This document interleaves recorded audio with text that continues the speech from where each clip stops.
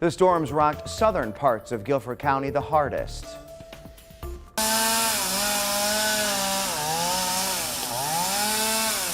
We have seen lots of trees down, some into houses like this one in Pleasant Garden.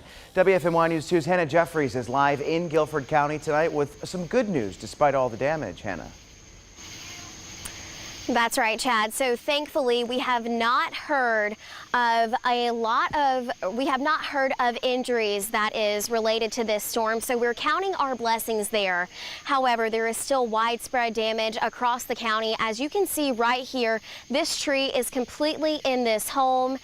Chainsaws tried to break it free this afternoon for as long as daylight would allow. However, as you can see, it is still stuck and will remain that way for the rest of the night. Strong winds uprooted this decades-old tree, causing it to crash on top of Donna Reeves' dad's house. I was in tears and terrified for him because he's 77 years old and he lives here alone. I want to make sure my dad's safe and has a place to stay. The trunk now lays on top of part of his home. Reeves says it only missed him by a few inches. And it went through the bedroom and bathroom of his home. There was a log about that big that went through the kitchen roof and missed my dad by about that much.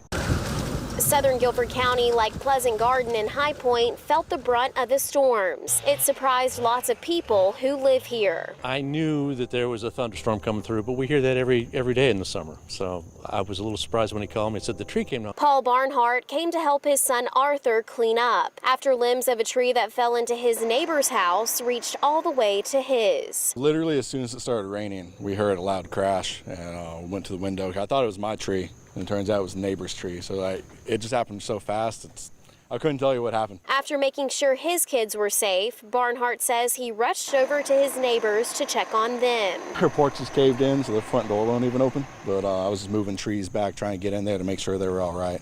You know, they're fine. You know, they came to the door and said everything was okay. So that was my main concern, because property damage, whatever, that can be paid for. But I want to make sure the people were okay. Once the storm passed, the cleanup began. But there are signs that getting back to normal will take some time. And as far as the couple that lives there, though, family says they are staying somewhere else tonight. As far as this house behind us, the man who lives here, family says he's determined to stay tonight. For now, live in Guilford County, I'm Hannah Jeffries, WFMY News 2.